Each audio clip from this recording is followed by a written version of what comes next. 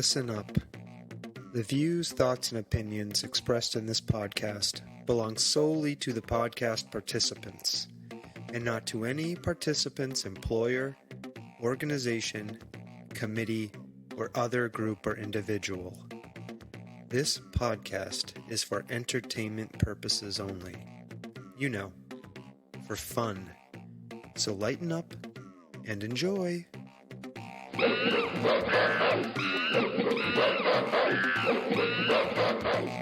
Stomping Jen. Sawtooth Frank. We are here once again, and I am very excited. We are going to be talking to somebody from our local community here in Belchertown, Massachusetts. Her name is Elly Vaughan. She is the owner and operator of Phoenix Fruit Farm, which also has a really cool country store associated with it. So we're going to talk all about this, and I have many questions as usual. Oh, awesome. Insightful questions, Stomping Jen. Great. Are you ready? Yes. Okay, let's go.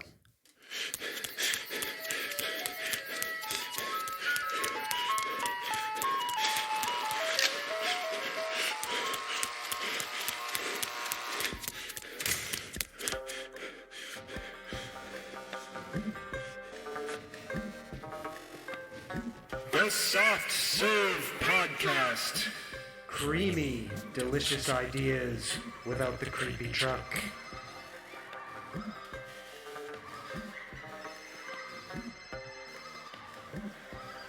Oh, Stomping Jen. Sorry.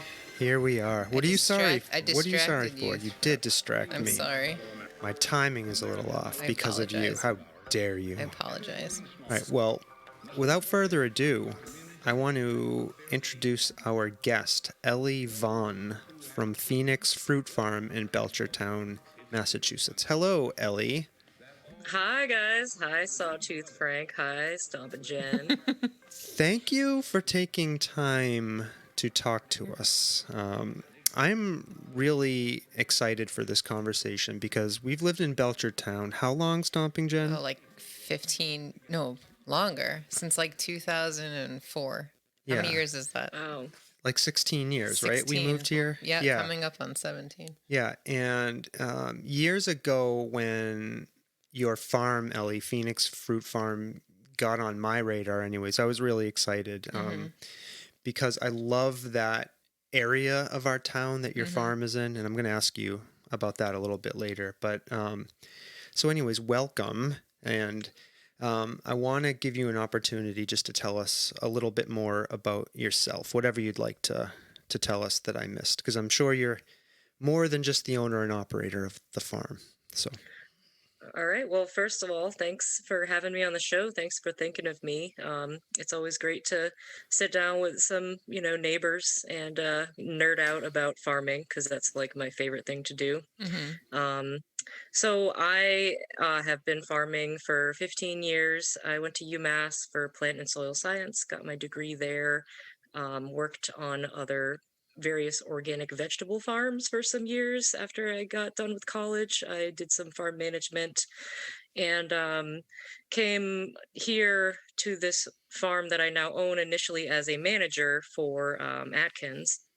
And after a couple of years working here, I purchased the farm from them and proceeded to renovate an orchard that had been somewhat neglected for about 20 years.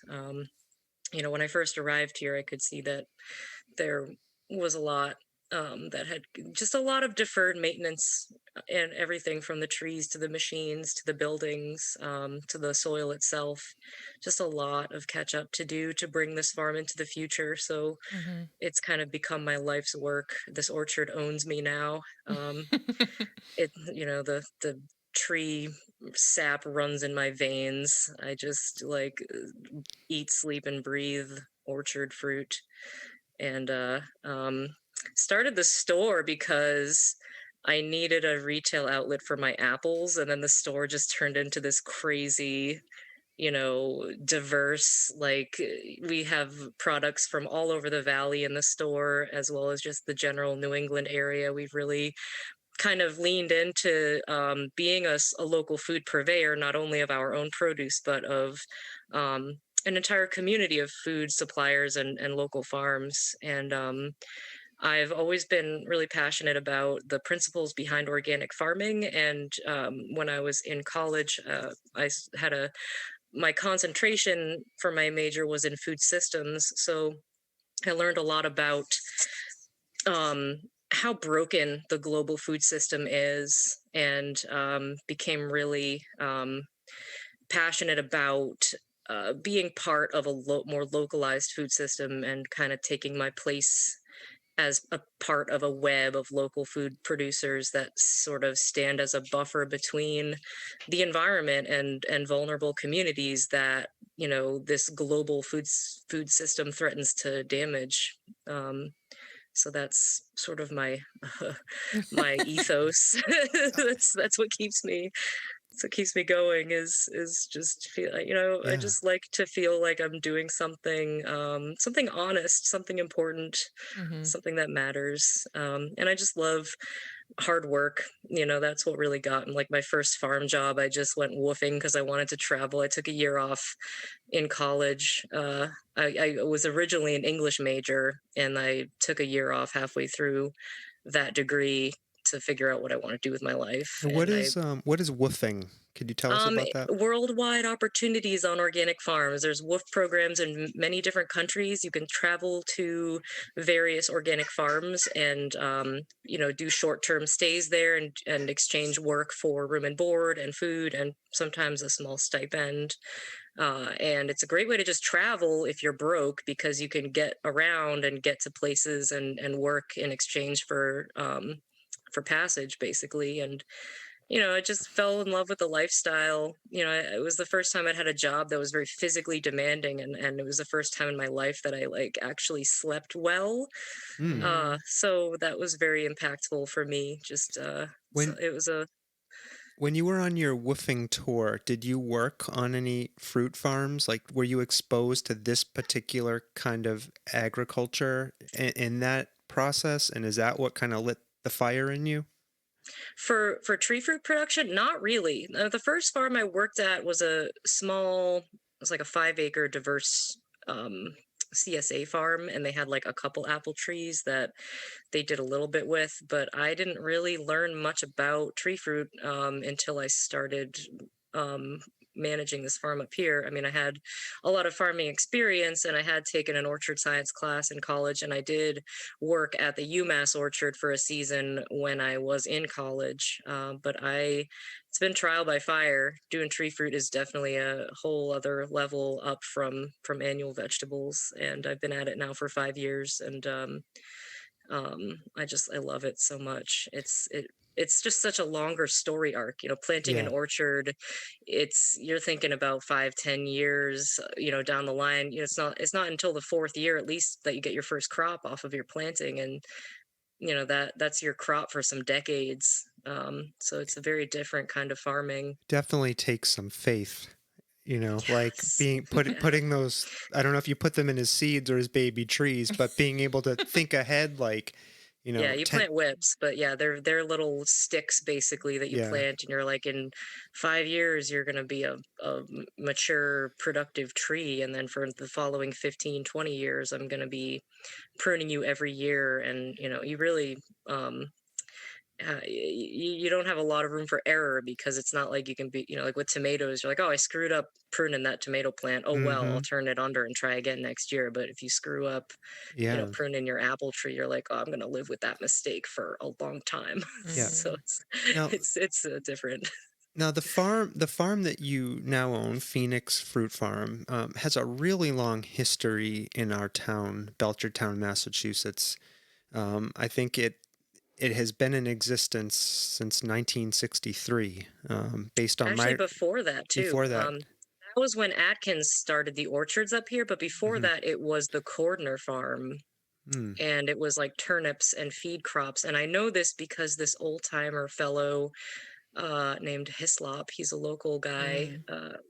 dropped by one time when I had first purchased the land, and his father built the barn that I now live in on the property Oh, here. This wow. little white barn here was built as a horse barn in 1935, back when it was the Cordner farm. So this farm has a long, long history in Belchertown. And do you, when you embark on I don't even want to call it a project, but when you embark on an endeavor like this, do you feel that history and sense of responsibility as you move forward? Absolutely. This piece of land is so special. It's so moving to be up here. Have you ever been at the top of the hill at the farm here? Yeah, and we Seen used, the views yeah, and just the majestic element of the orchards on the hill. I mean, this place just like it strikes you to your core to stand here and look out at it. It's an incredibly bracing experience to see yeah. this place for the first time. We used to Um, drive by your farm where it is now on that road and look at the buildings and look up the hills like at the orchards and just what will we say, Stomping Well, we Jen? used We to. want to live there.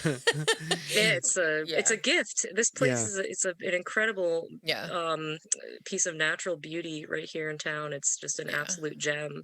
Yeah, Sawtooth. Um, I don't know that you've ever actually taken a tour I haven't. of I'd the love farm, to. but I was lucky enough to meet Ellie a few years ago, and she was generous enough to bring me up the hill, and like you get up there, and it's just like she said, it's amazing. You can see for miles. You can see the Quabbin, which is the yeah. giant reservoir that feeds Boston. Feeds Boston. It's water. Yeah. It's just it's amazing. It really Yeah. is amazing. It's very special. Yep. And did you name the farm Phoenix Fruit Farm when you bought it and you launched your own endeavor? Yeah, I named it Phoenix after the allegory of the phoenix rising from the ashes, because the farm did experience um some neglect, like I was mentioning. There's definitely some deferred maintenance going on in some areas, and it was definitely, it's been a renewal process to sort of lift it back up and bring it into the future. So I sort of went with the allegory of the Yeah. phoenix that perishes and is reborn.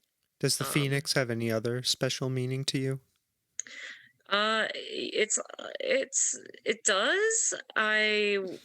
Would like to tell you that story in person. Okay. Yeah. You don't have to reveal it here. Yeah, it's definitely something that we It can talk about this later. will imbue you with a sense of mystery, which I like. So, Yes, yes. okay. So what kind of fruit do you grow on the farm? What are your major crops up there? Well, when I first got here, there was already some mature fruit trees. There was like 40 acres of apples and about 5 acres of peaches. When I say mature, I mean aging orchards that need some renovation. But I'm still nursing those. A lot of those old trees are still here. I've started cutting some of the oldest sections down and replanting with new tree fruit. So my current productive trees are still apples and peaches. I did plant in 2018 another block of peaches as well as nectarines and pears. In 2019, I put in some table grapes and some more apples, as well as strawberries and asparagus. This coming season, 2021, will be the first year that I will harvest my first peach crop and nectarine crop off of my young trees that I planted a couple years back. So Can peaches and nectarines are some of the quickest tree fruits. 3 short years before you get your first crop Oh after you wow. plant them. I was surprised when I saw that you sold peaches because I was laboring under the misconception, I guess, that peaches are like a southern crop and that they didn't grow up here. Yeah, things have changed. I mean, you can grow peaches this far up north. Once you get into Vermont, it's getting too cold. It used to be that a peach grower in New England would depend on having a total loss on their crop like every 3 or 4 years because of the cold injury. Mm-hmm. They're definitely more susceptible to that. That is changing with climate change. The zones are slowly shifting. So I think you'll start to see in the next 20 to 30 years, you will be able to grow peaches up in Vermont. Oh, And wow. New England now, we have a much more reliable peach crop because of the milder winters we are now having. It's very unusual to have extended periods where the low temperatures reach below -13, and that's just about the most that a peach tree can take. Hmm. So we look at and if you see a night that's going to be in the negative, below zero down to -10 or less, that's when you start sweating about your peaches. But that is becoming less and less common in our Yeah. winters here now. So Yeah, I'm just thinking it's not very often we get No. either an isolated night or a stretch Yeah. of nights where it's that cold. yeah, you need like I mean, one night in the low -15 region can certainly put some damage on your peaches. You wouldn't Hmm. get a total loss unless you saw a more extended, 2 or 3 days of a cold snap like that would pretty much eradicate your entire peach Yeah. crop. Here's a silly question. You mentioned you have some trees that are like 80 years old or like older. Can you taste the fruit from like a tree that old and say, oh, an old tree made this versus like a young tree? Are there like, I don't know, Taste yeah, profiles for mature differences in the trees. taste of the fruit, like from the age of the tree? I wouldn't say so. The oldest trees on the property were planted in 1963, so I think the oldest trees we have are like 60-year-old trees, so not quite that old. Okay. And then there are some trees that were planted in the 80s, which obviously now are getting on to be almost 40 years old. I don't think there's a significant difference in the flavor. I will say that there are other indicators. There is more secondary fungal disease in the older trees, so Hmm. they're a little bit less, just because they're not as young and vigorous and vibrant, they tend to get sick more, Mm. just like people do. Yeah. Um, so you'll see symptoms of fungal disease like inhibited yield, smaller fruit size. I do not believe that it impacts the flavor of the fruit, like a Macintosh on a tree planted in the 60s. You wouldn't be able to tell the difference between that and one planted, on a tree that was planted, 20, 30 years later. Mm. Yeah. Pretty That similar. makes sense. I know nothing about How, fruit trees, how so so yeah. sorry, this is totally like a personal fruit question. Personal A fruit personal fruit question. Oh, question. We oh have my. a pear tree, and we don't do anything to this pear tree, and then I always feel bad. And then Like every couple of years, it'll be it like, like okay, I'm going to be a fruits. pear tree and I'm Yeah. going to make a lot of pears for you. And then some years it's like, No I don't pears. feel like being a pear tree this year. And then we don't even know how old the tree is. So I think there used to be an orchard up where we used to There live. was an That's what orchard, we've been yeah, told. where we live. So that's not really a question. I guess like, how do we know if our tree is like near the end of its life cycle? 'Cause- Well, these trees can live for hundreds of years. yeah. When I talk about like these trees needing to be renovated, needing to be cut down, Mm-hmm. I'm thinking from a production standpoint. Right. Yeah. These trees that were planted in the 60s, they could live forever. You could cut it down and it'll still try to sprout up and it's not dead. Mm-hmm. But in terms of what the kind of yield I can get off of it compared with the inputs, it Right. starts to reach an age where it's past its productive lifespan. Yeah. And they're past that at this point. They should have been, just like at any other farm, you have to periodically cut down old trees and replant new so that your greater orchard organism is staying young and productive and healthy. Mm-hmm. And there just wasn't much of that activity here for a couple of decades, so I'm catching up with that. Yeah. But your pear tree, it might be a very old tree, and it might be a tree that could live for another very long time if you want to help it along. Like pruning never hurts. Yeah. Yeah. um, Giving it, I always tell people to get a soil test. I don't know if Mm-hmm. the soil labs around here want to be inundated with like every homeowner like, what do I do for my pear tree? But it never hurts to give it some micronutrients. Give it a little, Hmm. some sort of organic fertilizer, some Yeah. compost, some Yeah. rock dust. They love mineralized rock dust. Hmm. And these trees are apple and pear trees are biennial by nature. They will tend Okay. to have one heavy year, one light year. You might have a year where they're dripping with pears, and the next year there's nothing.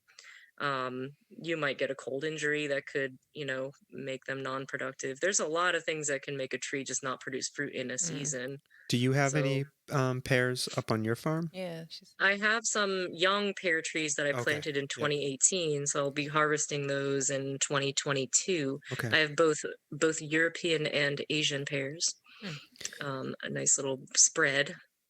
And you have lots of apples. I was looking on your website. I counted somewhere north of 10 varieties that you offer.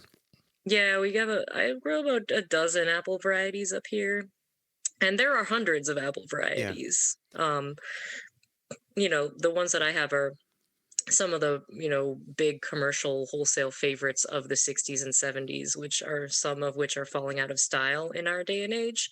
So that's another reason why some of them have to go, because nobody buys Red Delicious apples anymore. So why am I, fertilizing, mowing, pruning, thinning, harvesting, and packing, Red Delicious apples that nobody wants? I still love Red Delicious you do? apples. They're like Well, candy. I love them. very sorry to say that I cut them down so that I could plant Oh, more no. peaches. I need more peaches, man. Yeah. The peaches get ransacked. People go wild Mhm. over the Yeah. peach, and it's such a short season. And I'm like, I need just like 20 more acres of peaches because I can never have enough. People just eat them up.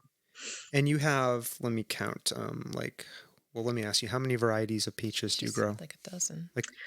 Oh gosh, One, maybe two, like 8 or three, 9, four. but nobody cares about peach varieties. I mean, a lot of them are just called like, Paul Friday 17-002. It's not something that Yeah. anyone's heard of. It's not like with apples where people, it's much debated about what's the best pie apple or what's the best cider apple or what's the best sauce apple. Like peaches are just, there's early peaches, mid-season peaches, late-season peaches, white peaches, yellow peaches, donut peaches. I mean, these are the terms people commonly use when they're talking about different kinds of peaches. The varietal names aren't really as much of a thing. But that could change. Cultures shift, things change, people, become interested in different things, and We could start a peach revolution and start yeah. giving them names. Yeah.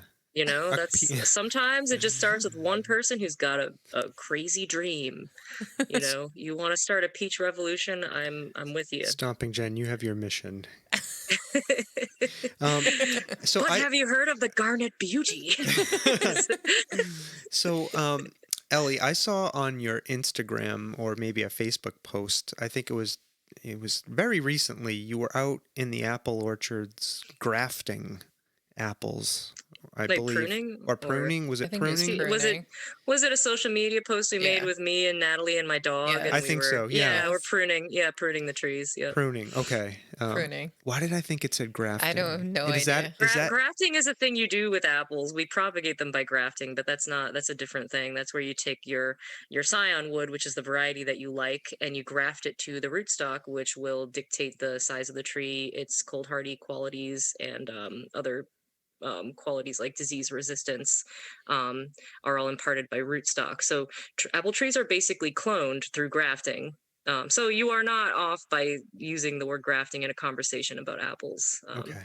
So yeah, And but we were pruning the trees. That's what you do in the winter to clear them up and reinvigorate them and shape them, get the branches like to where they're going to have the correct amount of fruit for support, so that the branches aren't breaking, and all that sort of enforcing and enhancing sun penetration, air penetration, making sure that there's no limbs that are going to come out so far into the road that my tractor's hitting them, stuff like that. So another silly question: are the trees asleep right now? Like, they're dormant. Will they wake up and be like, "Oh, okay, I got a haircut over the winter. I'm feeling good. I'm gonna." Yes. Yeah. Exactly. That's Okay. exactly what it's like, Frank. That's what it's like. Okay. They're taking a little nap. We're gonna just, give them a little trim while they're asleep, and then they'll wake up feeling like a whole new tree. Like, is it better to do that to them while they're dormant versus while they're like awake early in the spring and starting production? Is that why you do it in the winter, or is it because I'm making assumptions there's less to do on the farm in the winter and you can get out there and do it? Or No, you're correct that you do need to wait for dormancy to prune.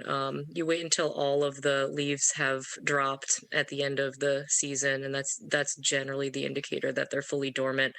For commercial orchards, we will start as soon as they arrive at dormancy. For a home grower that or a homesteader that has a smaller orchard, it's best to wait until late winter, like March, when the greatest danger of cold injury has passed, because trees are, although they are dormant, they are more susceptible to cold injury for the 2 weeks following a pruning event. So it takes them about 2 weeks to heal those wounds. And during that time, they are more sensitive. So, you check your extended forecast and you're like, if I see like a huge dip in temperature, like a major cold snap, I might avoid pruning during that period. Um, Hmm. just because of that, for that reason, that they become more sensitive to that. And yeah, we have to get them pruned, because once they get right up until bloom, you can prune until they hit bloom. And at that point, the major factor is that when you make cuts on a tree during the spring and summer seasons, that can open them up to disease issues. Mm. So any open wound on the tree is a vector for disease. So fire blight comes to mind. That's a major bacterial disease in Mm. orchards, and any open wounds on the tree can be a vector for fire blight, which is a very dangerous and very serious illness for a tree, for an apple tree. Pears and apples both can get fire blight. Is that a fungus or is that like a It's a bacteria? bacterial, Okay. yeah. So that's something where even if like a branch, like say I hit my branch with my tractor by accident and break it, if I do that during the heat of the summer during fire blight infection season, I could have a problem. So that's Mm. part of why we also don't want to do major pruning during those months. And I think that's something people may not always think about. Like Mm. trees and plants are living organisms that are susceptible to infections like people are, bacteria, funguses, even viruses, right? That's correct. Yep. And so do Yeah. you as a farmer have to be kind of also, I don't know what they're called. Who are the people A who, pathologist. yeah, like do you who treat the medical diseases for trees? Like do you have to be aware of what all the possible diseases are that they can get and be ready to treat them, or do you call somebody in to do that? A little of both. So I do have, some rudimentary knowledge of the pests and disease that affect apple trees. I do have a lot on my plate during the season, so I have an IPM scout who comes in. She is a pathology and entomology expert, so that's like her wheelhouse. Mhm. She'll come and she'll set up the sticky traps and she'll monitor for the presence of pests, and she'll also, give me recommendations for treatments based on what she sees in her monitoring, as well as the upcoming weather that we're looking at. So during the spring, when it starts to warm up and you start to get rainy spells, that those can be disease infection periods. When it's warm, when it's wet, that's when some fungal diseases can start to come into Mm-hmm. play. So she's my like wing person for, if I'm like, hey, this week it's going to rain, I'm thinking I might want to do this. What do you think? She's like a sounding board for me when I think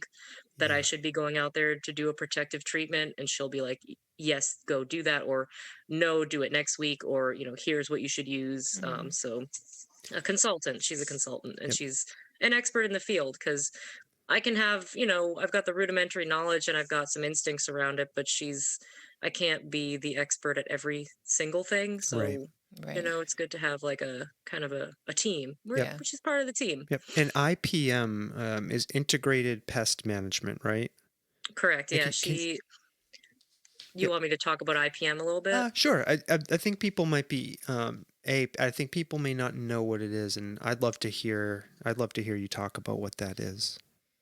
Yeah, so integrated pest management is a system of managing, and not just in farms, but also, hospitals use IPM, any like public offices, places like schools, for, basic any sort of pest issues. Basically, the concept of it is that you're trying to find non-chemical methods of control and using those first, and only resorting to chemical methods when all other methods have failed.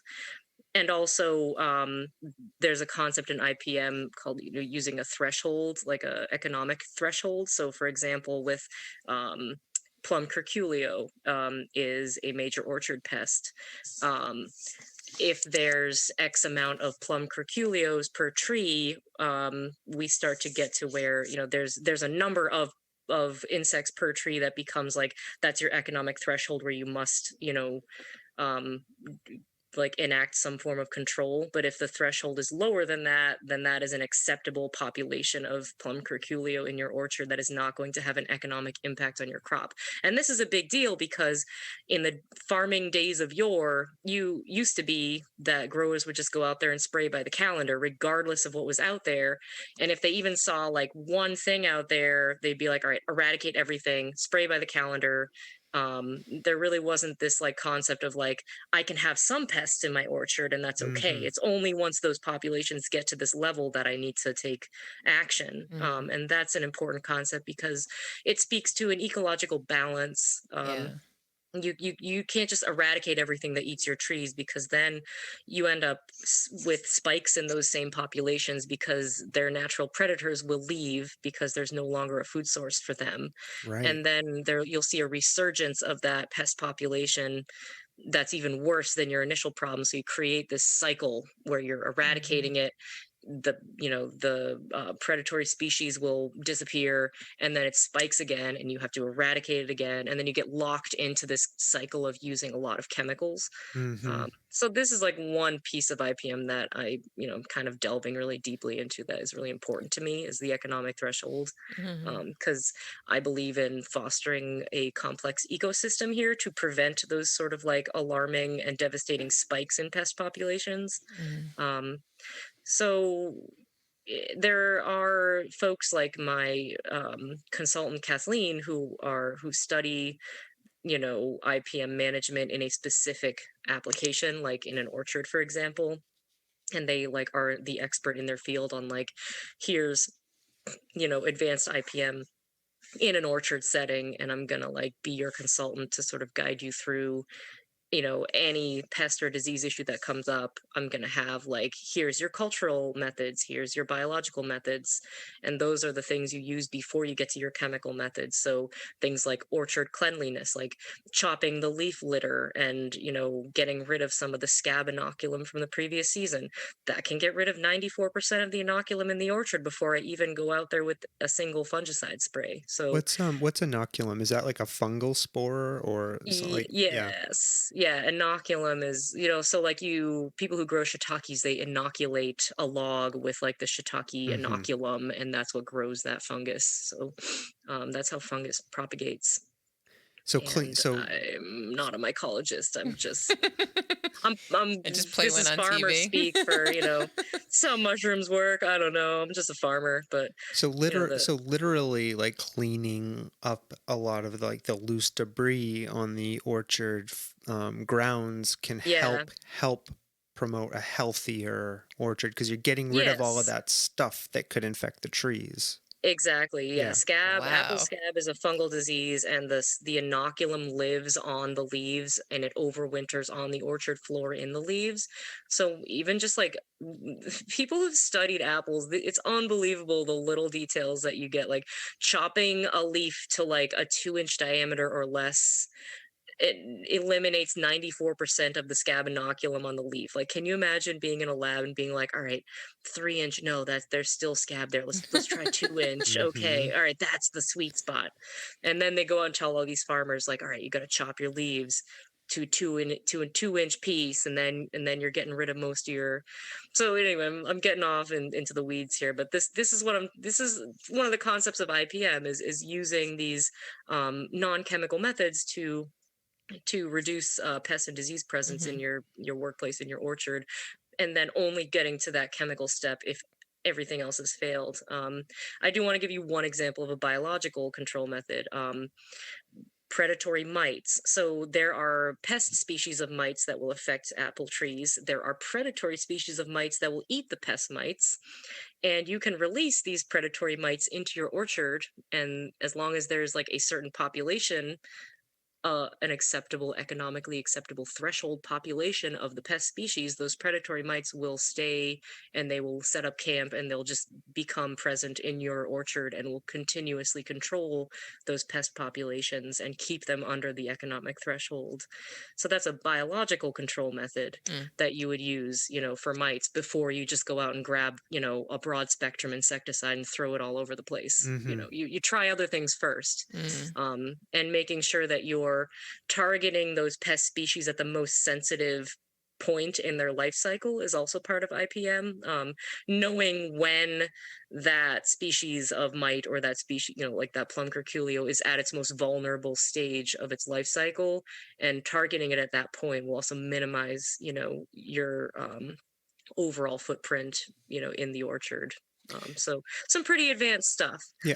Are there And are there insects like praying mantises or something that you would purchase and introduce into your orchard, or do you rely on a more like naturalistic approach, like the native beneficial species should emerge? Like if you're maintaining a healthy orchard, do you have to introduce them, I guess, into the ecosystem? it's a little bit of both. So I did do a predatory mite release in my orchard, and basically what it entailed was going over to my friends up at Clarkdale Orchard, where they have these predatory mites in this certain block of Macintosh, and taking some foliage from their tree and putting it in a bag. And then I came out here, and this is the stuff that we do. And I just like took some masking tape and I taped the leaves To onto the my own trees. apple tree. It's funny. But it works. It Yeah. works. That's what you do. But you do, like, I mean, you do encourage some natural predators that already exist in the area, like syrphid flies are here, and they will eat certain pest species in the orchard. Um, my dog is a natural control method. She hunts voles like no other. She's Mm-hmm. out there every day, diligently digging them up. Mm-hmm. She gets at least 1 to 2 voles a day. Aw. She is a she's a biological control method. That's awesome. Because I So wanted to ask you about larger non Insects. insect pests. So Rodents. yeah, rodents. How about voles are a major one, yeah. what And about bunnies. bunnies? What about like Well, bunnies more for the vegetables, but deer yeah, and moose? deer are an issue. There's 2 points in the year where the deer can be an issue. The first is in the spring, when the new buds are coming in on young trees. The deer will come and graze, especially in the young peaches. They really like the peach buds, and that can really damage a tree. And then in the late fall, like September, October, the bucks will come and rub their antlers on the trees, and they can really mess up a tree. Just like shaving the bark off of it, Mm. because they're rubbing, they're trying to get that, Fuzz. what's that stuff? Yeah, the velvety stuff that's on Yeah. their antlers. They're rubbing it off in the late fall, the mid to late fall. Yeah. So yeah, deer are and then the cultural method that I use is I've got a couple of bow hunter dudes that'll come up Mm-hmm. during the season, and they got 2 big bucks this year. Mm. So and in terms of the rodents, there I've seen a few hawks out here and Mm. kestrels, and there are some owls out here as well. So we've Mm-hmm. got some predatory birds Mm-hmm. doing Mm-hmm. some work. Now, you use organic farming methods. Did I read that correctly? On your No, that is nope. We do not use organic, and I can tell you why. Yep.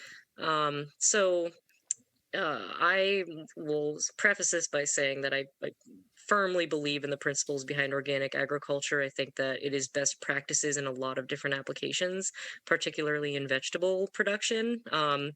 For commercial fruit production, at the size of this orchard and the varieties that are planted here, um, organic methods would actually end up being more chemically intensive than an advanced IPM program. And the Mm. reason being, really the big reason for that is apple scab in the spring.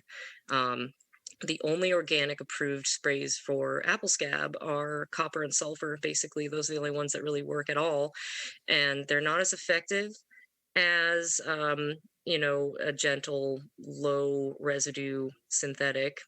They don't stick around as long, so you have to use more of it. And just because it's got an OMRI label on it does not mean that it's better. It's not inherently better for the environment than Mm-hmm. a synthetic, petroleum-based spray. It's heavy metals, Yep. which are present in trace amounts in the soil, but when you start dousing Yeah. heavy metals on your soil, that's doing some damage. You're Mm-hmm. driving the pH down. It's locking up nutrients in the soil. It's bad for anything that's growing there. If you use too much of this heavy metal and you get your pH down low enough, it can start to kill your apple trees because they aren't getting nutrients anymore because the pH has gotten down so low.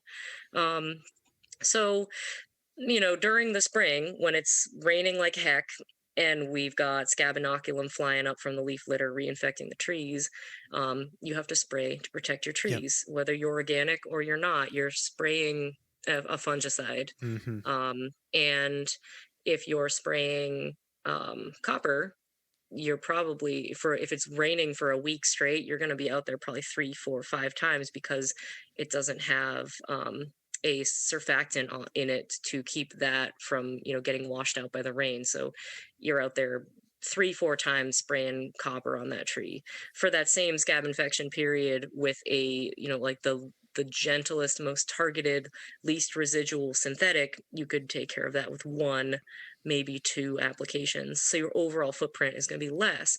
And this isn't to say that you cannot have an organic orchard in New England. You certainly can. Mm-hmm.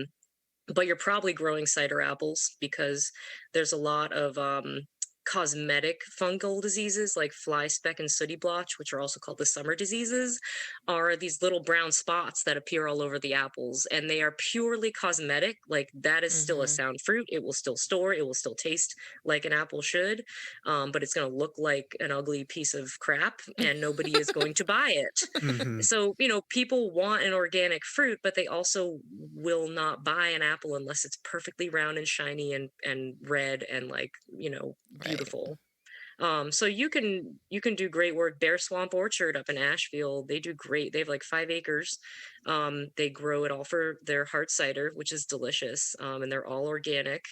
But they don't sell dessert fruit because people look at an organic apple grown in New England and they're just like, this looks like garbage. I'm not Mm. buying this. How did Um, we fall into this trap where we But believe like that real fruit and vegetables, well, that all produce should be completely like blemish blemish free. or Yeah. irregularity free? Like, I mean, I think that there is some instinct around that because a damaged piece of produce can mean that it's not going to keep as well. There could be bacteria hiding in a wound.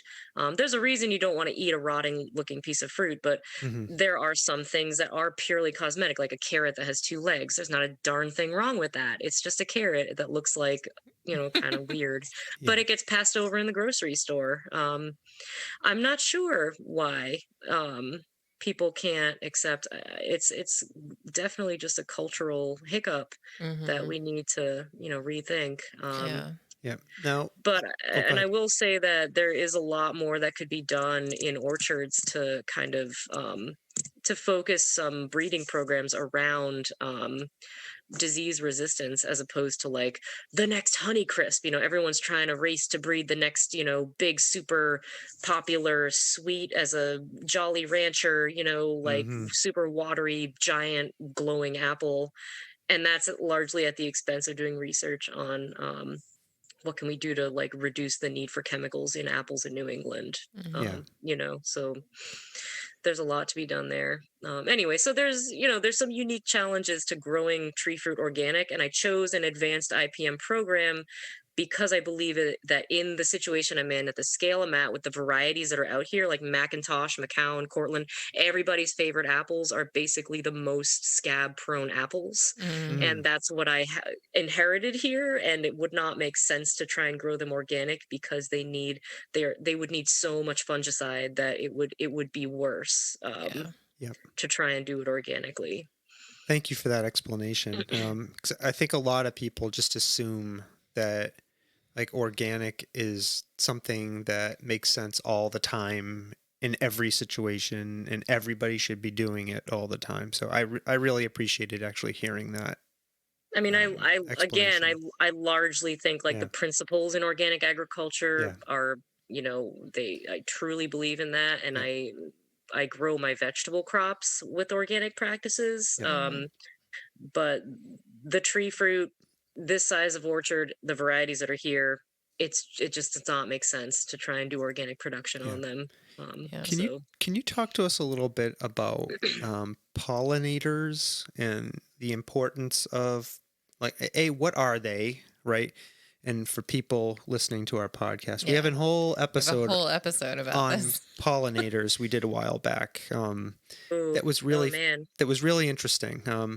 We talked to a woman in our town, actually Heidi Dollard, who is a pollinator activist and is working on a lot of Awareness. Yeah. initiatives around raising pollinator awareness. And anyways, I wanted to ask you if you could just tell us for people who probably didn't listen to that episode, what a pollinator is and like why they're important to what you do and how you promote them and take care of them.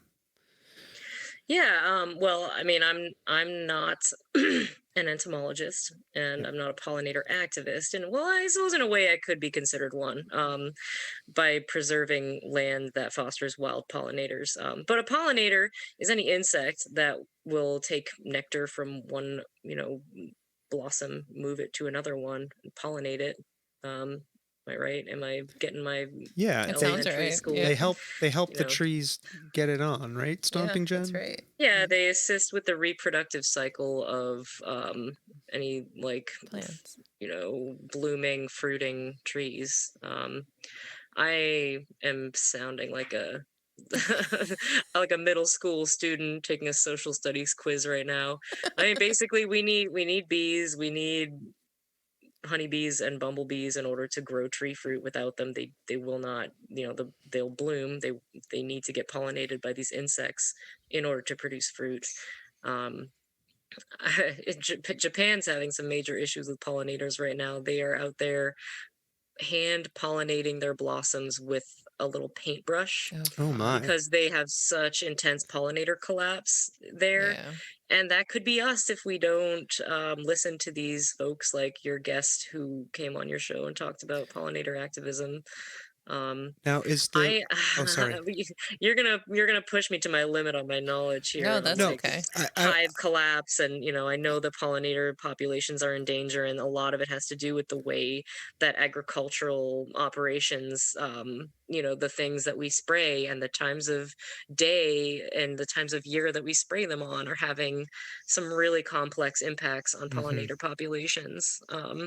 There's a lot of mystery around it too. Like people don't really like what I understand is that there's a lot of theories about pollinator collapse and there's a couple of different diseases that they can get, but we don't really know why like they're just failing in droves like Yeah. all of a sudden. It's like very alarming and very confusing.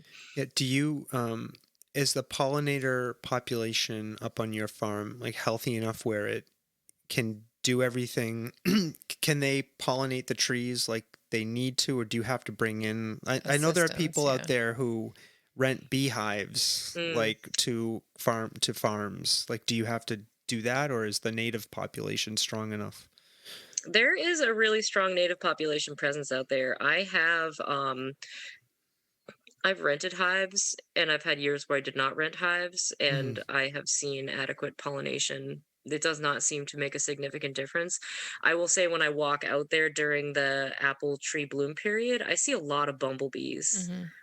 I see a lot of and I think the bumblebees are really the ones that are kind of carrying the show up here Mm-hmm. because we've had some really crappy bloom weather, during the pollinating period. Honeybees fly when I think it's like, it's got to be at least 60 or 65 degrees, or they won't really come out and fly around and do their thing. Bumblebees will come out when it's like 50, 55 degrees. So they're Yeah. a little more hardy about the Mhm. weather. So I do actively, like, I do my absolute utmost to protect pollinator populations. I don't use any neonicotinoids, which Yeah. are the big culprit in terms of insecticides that are sprayed by agricultural operations. Neonics are like, they're getting the lens right now. They're getting the Mm-hmm. magnifying glass on that one because of and now there's a warning on any neonic like sorry, insecticide that you buy. There's a picture of a honeybee on it, and it's like, warning, like, this will kill pollinators. And so Yeah. I don't use anything that has that label.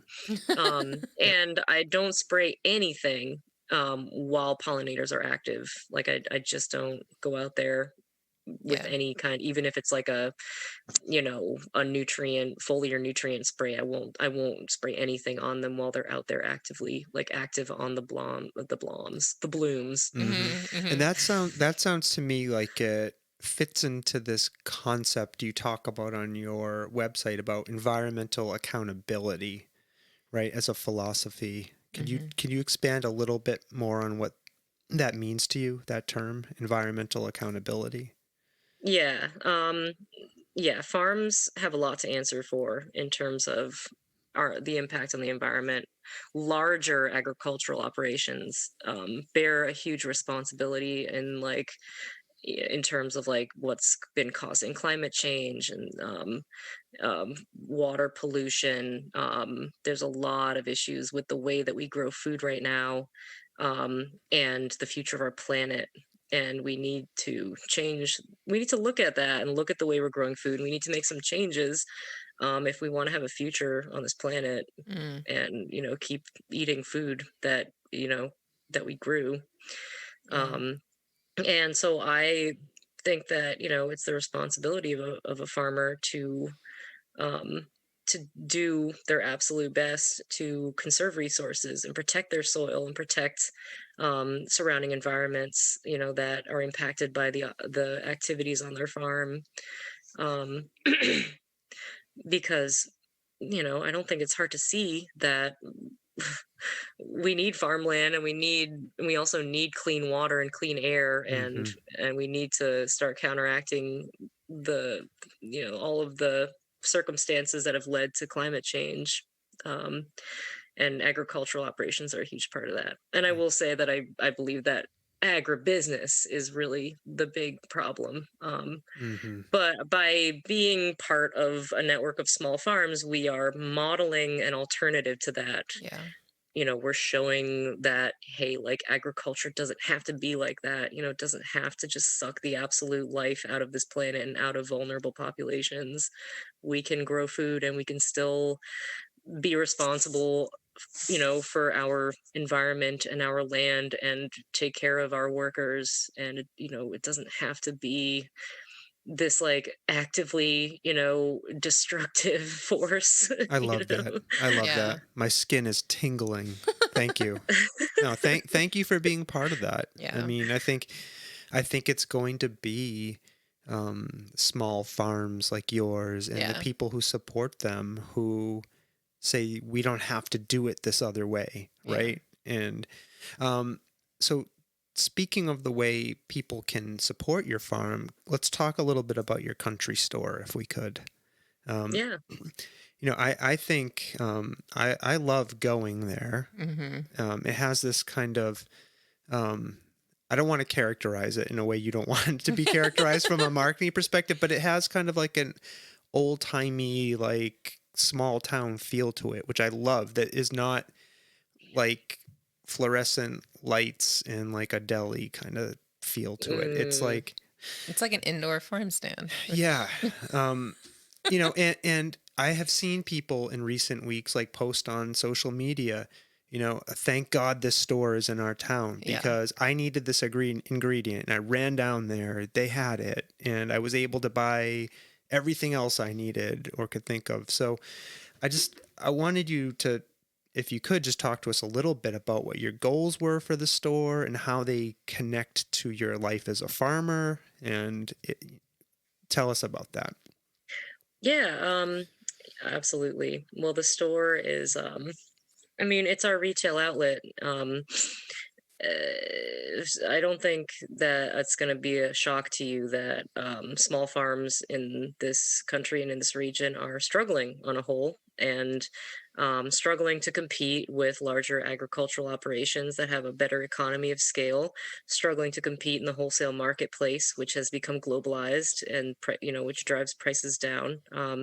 So a lot of small farms are turning to direct market, and getting my food straight from my field to the person who's going to bring it home and eat it, eliminates the middleman and gets me the highest possible price point that I can get for that food, which enables me to treat my staff with economic dignity by paying them a living wage. It allows me to afford to keep the overhead paid for and pay the bills at the end of the year. It's a lot more challenging for a smaller farm like mine to sell fruit in a wholesale marketplace and still be able to Mm-hmm. pay for, justify the costs of the inputs. Because I just don't have the economy of scale that a giant orchard in Washington has. Yeah. I don't have 3,000 acres and, harvesting platforms and machinery to, mechanically prune. Like, we do everything by hand. And so having that direct retail marketplace is a hugely important piece of the business. I need to, over the next few years, I need to shift. Like right now, the majority of my apples are being sold wholesale, and maybe about like 20% are being sold in the store. Mm-hmm. Um, I need to shift that. I want to be selling most of my apples direct Mm-hmm. to the consumer, either through the store or through pick your own, Yeah. and a much smaller percentage wholesale. And that will be a more sustainable business model. And that is not a unique story. I think that you'll find that there's a lot of Yeah. local farmers that are turning to a model that's more direct like that as a way to keep, to survive. Yeah. Mm-hmm. And it happens to have the effect of also increasing direct access for the consumer as well. Without the middleman, both the farmer and the customer can get a better deal. They get higher quality produce Yeah. because it wasn't shipped from, Chile. Yeah. Yeah. So it's overall, and that's our goal also with the store, is to kind of highlight, like, look at this vibrant selection of beautiful foods that we produce here just in the valley alone, and then Mm-hmm. in the greater New England area. Like, you don't need to look very far to find everything you need to feed your family. Yeah. Like, I we mean, have it all. We are so blessed to live in this region, it is where it's just true. It is true. Like I feel like, we can get 80 to 90% of our food items in local, we do a mix of CSA, local products, farmers markets, things like that. And it's very rare that, I mean, we do need the grocery store for the things that are yeah, packaged, those are totally. the Yeah. things that we Toilet get. paper and Right. yeah. Exactly. And I think, and this is one thing I wanted to ask you about. I think some people think, well, maybe I'm a single parent, or I'm on the lower end of the um, income scale. I can't afford to shop. That's for those rich people. I can't go Mm, get a CSA. And your store accepts state food SNAP, yeah. benefit programs. Could you talk a little bit about that, and what, and maybe why? I don't want to ask you to speak, get on a social platform soapbox, but why it's important to offer fresh, like healthy foods to everybody, regardless of income. Yeah, I'd love to talk about that. This Sure. is something that's really important to me too. So in the state of Massachusetts, we have the HIP program. Have you heard of this? It's Um, HIP, right? The healthy healthy. healthy incentives Yep. program, where people who have SNAP benefits have a certain set monthly amount that they can spend on fruits and vegetables that gets refunded to their card immediately. So it's basically free money to them to buy fruits and vegetables. And this is huge because um it's fruits and vegetables are more expensive than like ramen, Mm-hmm. and like, like you look, if you're a low income parent and you're shopping for food to feed your family, and you've got, $80 left on your SNAP card for the rest of the month or something, and you're looking at a bunch of broccoli that's like 250, and a case of ramen that's the same price, and the broccoli has 40 calories in it, and the case of ramen has 3,000 calories worth of food in it. Right. Which one's going to last you to the end of the month? Which one's going to fill more bellies? So it's really challenging, coming from that background, to be able to afford to make good decisions about what to feed your children. And it's really, that's the key piece, is it's all about children's nutrition and breaking the poverty cycle by getting kids better quality food, so that they can stay focused in school, so they can stay focused on their goals, they can do better, they can have a better income when they grow up, because they're going to make it through, they're more likely to make it through school if they have good nutrition. That is a huge part of what the HIP program is about, and I think it's an incredibly important thing that I'm really excited to be able to offer in my store. Yeah. Thank you for doing that. I think that's an important thing to do for the community. So I think that's great. Yeah, I think it's great that the state has that program. I think it will have very far-reaching benefits for generations. And how important is it for you as a farmer and an owner operator to have a physical space where you can meet the people who are going to eat the stuff you grow? Does that scratch some kind of itch for you? Sorry. Yeah, I Sorry, that probably wasn't the most elegant way to ask that question. No, I get what you're but saying. I get what you're saying. I do appreciate it a lot. I think it gives me a way to it gives me a chance to interface directly with the people who want to know what my practices are like, yeah, why my farm is different from other farms, what are we about. It makes it easier to like break that third wall, sort of, you know what I mean, or fourth wall, is that what they say in the theater, the third wall, the fourth I wall, think it's the you know what I mean? fourth Or the wall. fourth wall, Fourth yeah, wall. like, yeah, you know what I'm saying. It's Yeah. um I'm I never expected to have such a like full service, grocery store that offers people these staple foods. Like, I Yeah. thought maybe I'd have like an apple stand, and it Yeah. turned into this big crazy complicated thing. But I really I really loved being able to be there for people during the early months of COVID, when the supermarket was like a frightening place. Oh yeah. And the shelves were bare, and people were like visibly frightened when they would go there first, and then they'd come to my place, and they'd be like, you could see the relief like wash over their face when they realized, like, oh, thank God you have bread, you have eggs, you have milk, like, We Yeah. you yeah, have you have what I need to feed my family like this week. Like, the we relief was palpable, and I was yeah. like, God, thank God we got this place going in time We were for one of those this. families. Yeah. Yeah, we were one of those families who relied on your store when we were no, literally. I'm not even 100%. yeah. Yeah. Yeah. When you couldn't get a Peapod Yeah. delivery for like 2 weeks, and Yeah. you're like, what are we supposed to do? And you have to Oh man. So, But I'm curious, can I yeah. just ask a question really quick? So when you thought about, like, you just said you thought about selling apples, and then it exploded into this more complicated thing, because you guys also offer like prepared foods. And did you ever Yeah. expect to offer prepared foods in that store? Because it's a huge hit and people love your prepared foods.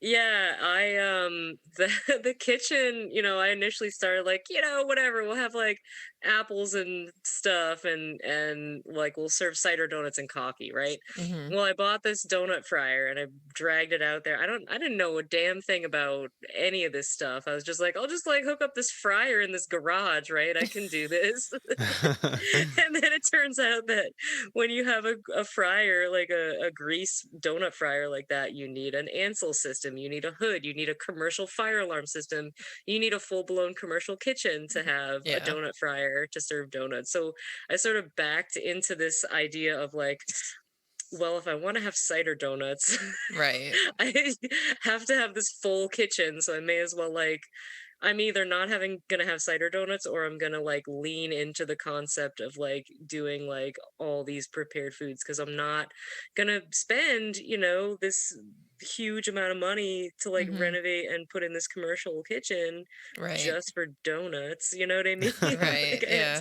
all right, we're doing soup, we're doing sandwiches, we're doing, we're gonna Mm-hmm. use up like produce that's going bad outside the, before it gets slimy, we're gonna make a soup out of this thing. We're gonna, you know what I Mm-hmm. mean? It just Yeah. turned into It's That's it's awesome. great. kind of It's great. People rave about it. So, oh, yeah. that's good. I'm glad. Yep. I'm glad to hear.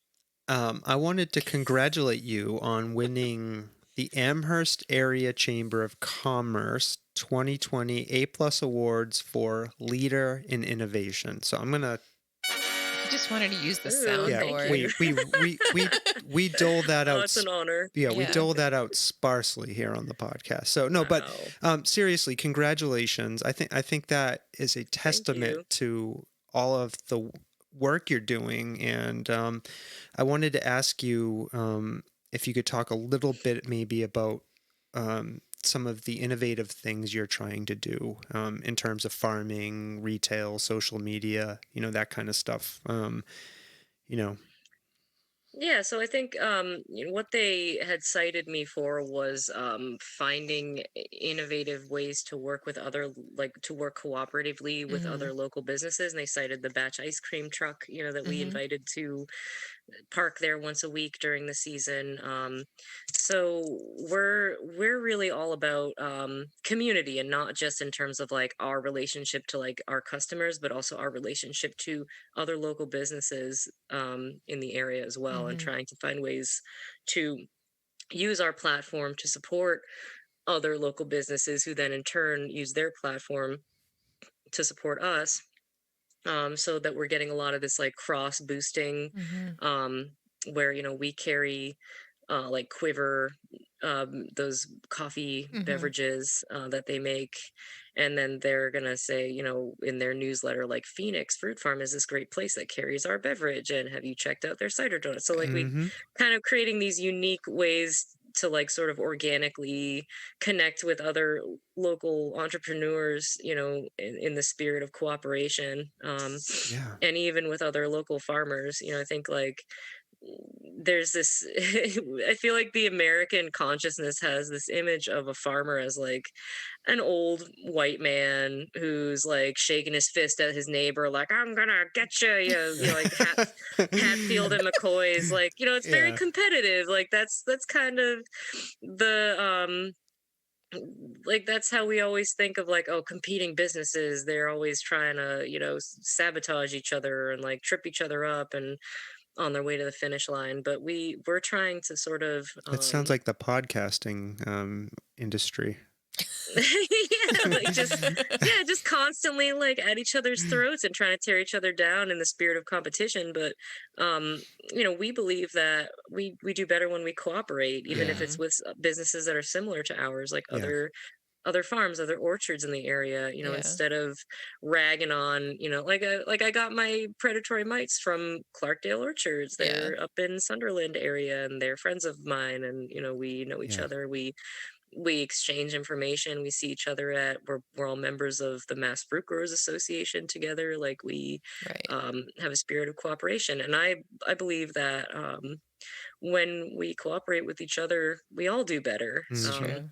Yeah. And I think there's a lot that can be done there. And oh no, I'm gonna start getting into a social justice platform, and you're gonna be mad. But No, we're all about No. social justice here. okay, Yeah. one example in farming. Say I'm selling my strawberries for, $6 a quart or whatever, which I think is too cheap. But I do that when I can. I sell it what I think is fair, what I think I can, pay workers on. Say my neighbor who also has strawberries sells his for $5 a quart because he's like, oh, my neighbor up the street selling them for 6. I'm gonna sell them for 5 and get all the customers, right? What does that neighbor have to do to sell his strawberries cheaper than me? He either has to like take a loss or he has to pay his workers less. So when farmers do this to each other, or any business really, but I'm just Mm-hmm. using farming as an example because I'm a farmer and this is the type of shit that keeps me up at night. Mm-hmm. Don't ask me why. Instead of those two farmers getting together and saying, "Hey, what price are do you want to like set for strawberries this year? What's going to work for you? What's going to work for me? Let's sell our strawberries at the same price, and our customers can decide whose they like better. But we're not going to hurt our workers. We're not going to use cheaper chemicals and hurt the environment. We're going to we're going to get together and cooperate, or even better, next level. Hey man, I'm going to grow strawberries this year. Why don't you grow squash and turnips? I'll sell your squash and turnips at my stand. You can Mm-hmm. sell my strawberries at your stand. Getting together on stuff instead of slinging mud. Everybody does better. Yeah.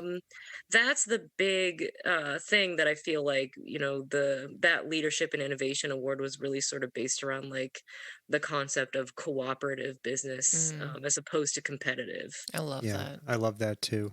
I'm all about collaboration. I've got a couple of softballs for you in our last 10 minutes or so together. Okay.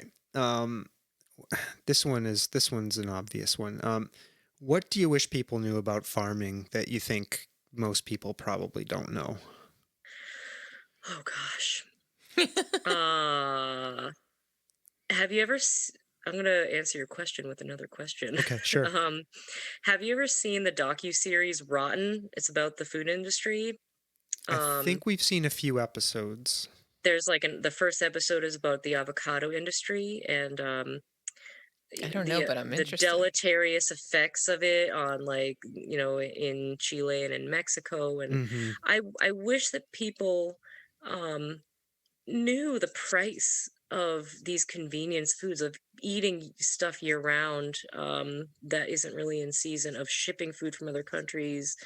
I wish that people would watch that docu-series. Okay. Recommendation. Is that okay? Yep. Can I? Yes. No, absolutely. 100%. It's entertaining and it's super informative. And I want to watch it. And we will put a link to it in the show notes Yeah, for the find it. for the podcast, along with all of the links to Ellie's website, social media. Yeah. Like, we're gonna put all of that in the podcast show notes. Okay, so people go watch Rotten. Okay. Yeah. The Well, I mean, docuseries. basically, I wish that, like, what I want to say is, like, I wish that people knew how impactful it is for them to buy local. Like, and when you watch this docu-series, you can really see, like, holy shit, like, Yeah. stuff that happens, in the name of a globalized food system is so, it's shocking. The things that we do, in the name of the holy dollar. To get food out into the world. It's just so sad. Buying local breaks the cycle. It's so important. Something we believe in here at the Soft Now Serve I feel podcast. guilty for buying avocados and bananas. Oh no! If they're fair trade, Okay. make sure that they're Yep. fair. Watch the episode again, because Okay. at the end of each, you're like, oh, this is so depressing, this is so awful. But at the end of the episode, they will give you, like, suggestions on, like, oh, I bet you're really upset about avocados. Now here's what you can do as a consumer. Right. Like, you can still eat avocados, but you have to look for XYZ when you buy them. Okay. And so it's it's not all doom and gloom. Okay. Thank you. Yeah. Here's a fun question. What is the strangest or most interesting thing you've dug up on the farm? Oh man. Oh gosh, what if I? Oh no. Okay. There was. Oh no, not that one. That was just like there was an old tire under this field that I just started prepping for vegetables. I haven't, like, other than, like, giant rocks and, like, really gross animal carcasses, which my dog digs up. I don't dig up. My dog has found some pretty gross corpses, not human, but animal corpses. Do you ever worry about coming across, like, an old, like, human corpse or, like, something Because I will now. Yeah. I wasn't worried before. I'm just saying these are really old, like old fields and yeah. old woods. Man. Who It's knows what's true. out there? It's true. I've heard that like there might be like arrowheads, like Native American Mhm. arrowheads or something in the area. Yeah. But I've never seen those. I hate to tell you, I haven't dug up anything that's gonna like, make you fall out of your chair, Yeah. but Okay, that's fine. That's fine. That's fine. We found a weird. What was that lawn? It was like a lawn. We had to look it up. It was like a lawn, like a grass cutter. like a grass you cutter. swing. like an old fashioned iron. oh, like a scythe. Yeah. Yeah, okay. That's Um, cool. Yeah. So, I don't want to ask you to reveal any secret plans. Where do you plan to take the farm into the future? I want to diversify and get a really vibrant direct market going. I want to grow as many vegetables as you can grow in New England. I'd love to have like a very wide array of a very extended season of all kinds of different types of fruits and vegetables, and um I'd like to sell most of them direct to the public, to my community, as opposed to boxing them and shipping them out, to like a warehouse. All right, you're gonna. So Okay, thank you. So people look forward to that.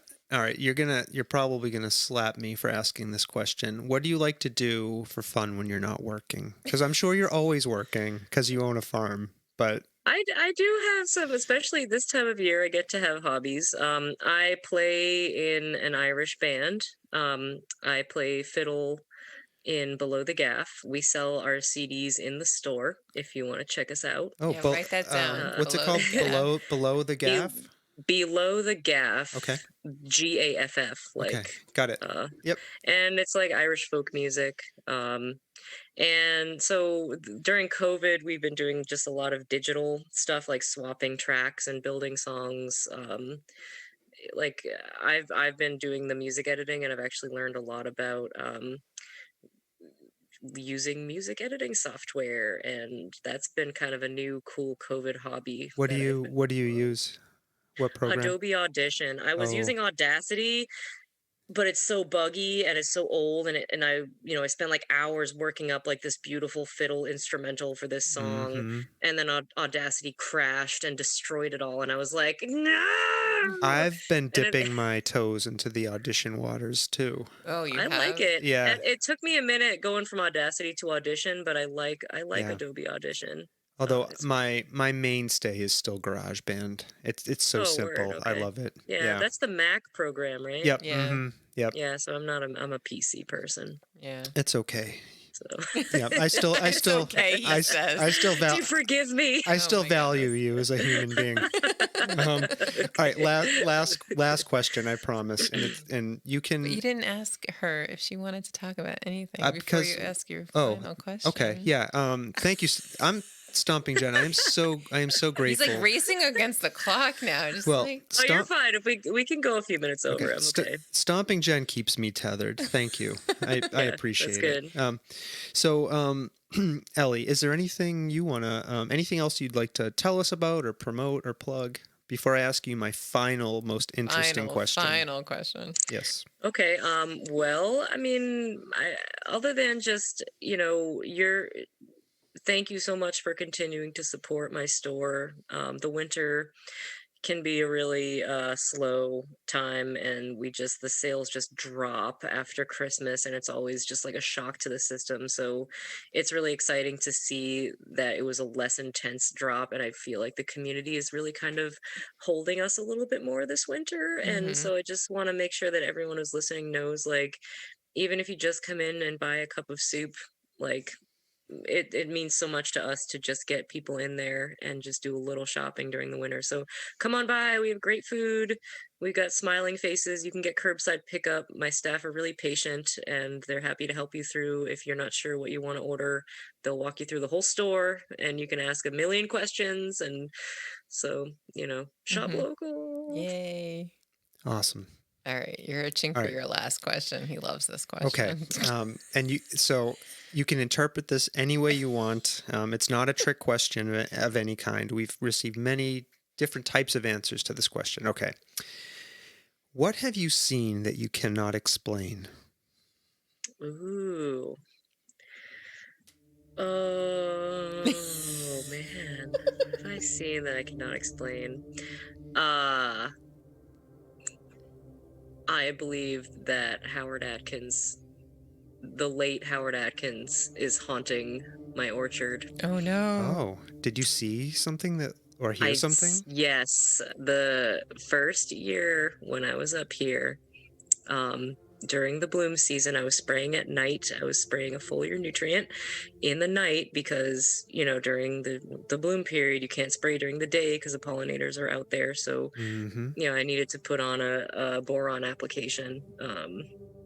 And so I was out there spraying. It was like 11 o'clock. It was getting on to like midnight. Okay. And I had the headlights on in the tractor. And it was just me, up here. And this place is creepy as fuck at night. Excuse my language, but it's really creepy out here at night. The apple trees are all gnarly and they look like they're like dancing, like they're going to come out and grab you, So it's already like kind of spooky anyway. So I'm going along with the headlights on, I'm spraying the trees, and I swear to God, I saw a dude wearing like a baseball cap and a flannel hat, and he had glasses, looked like an older man, walked across the path, like, I was like spraying down a row, and he walked past the row, like walked through the row, crossed my path basically between the trees, and then disappeared into the orchard. And I was like, oh fuck. Oh my God. And I had no idea. It just creeped me out. I had no idea who it was, but it was like midnight, and I was like,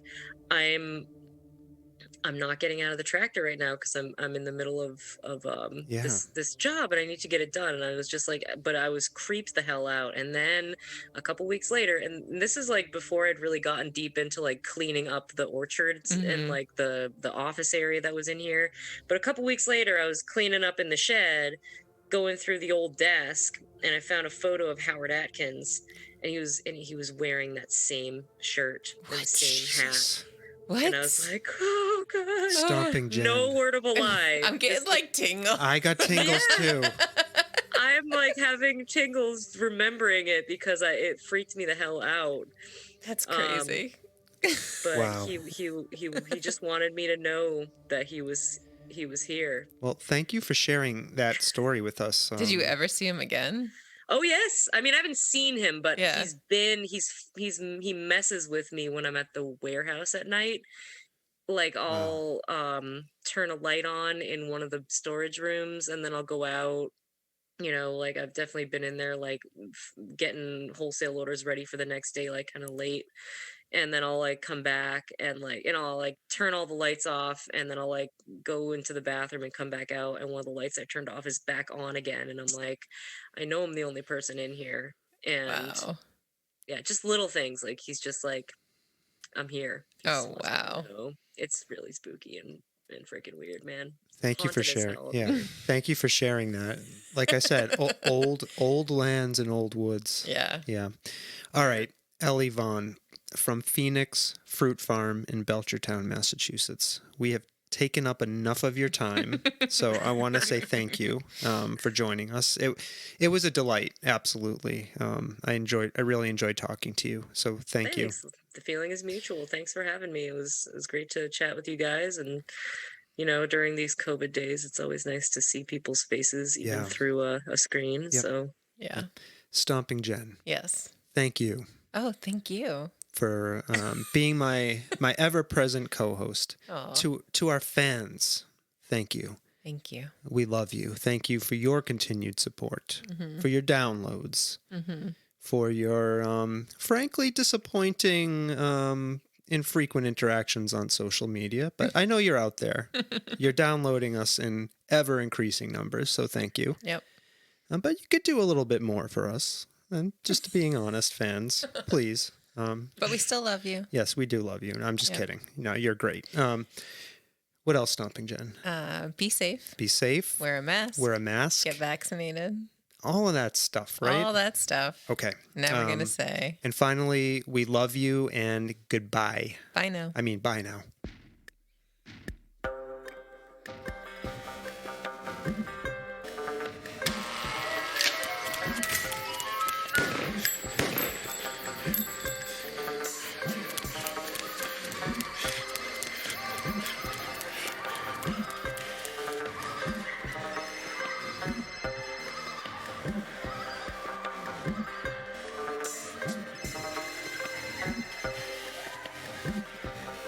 Good evening, my fellow Americans. America knows that this world of ours, ever growing smaller, must avoid becoming a community of dreadful fear and hate. Those who have freedom will understand also its heavy responsibility. That all who are insensitive to the needs of others will learn charity, and that the sources, scourges of poverty, disease, and ignorance will be made disappear from the earth. And that in the goodness of time, all peoples will come to live together in a peace guaranteed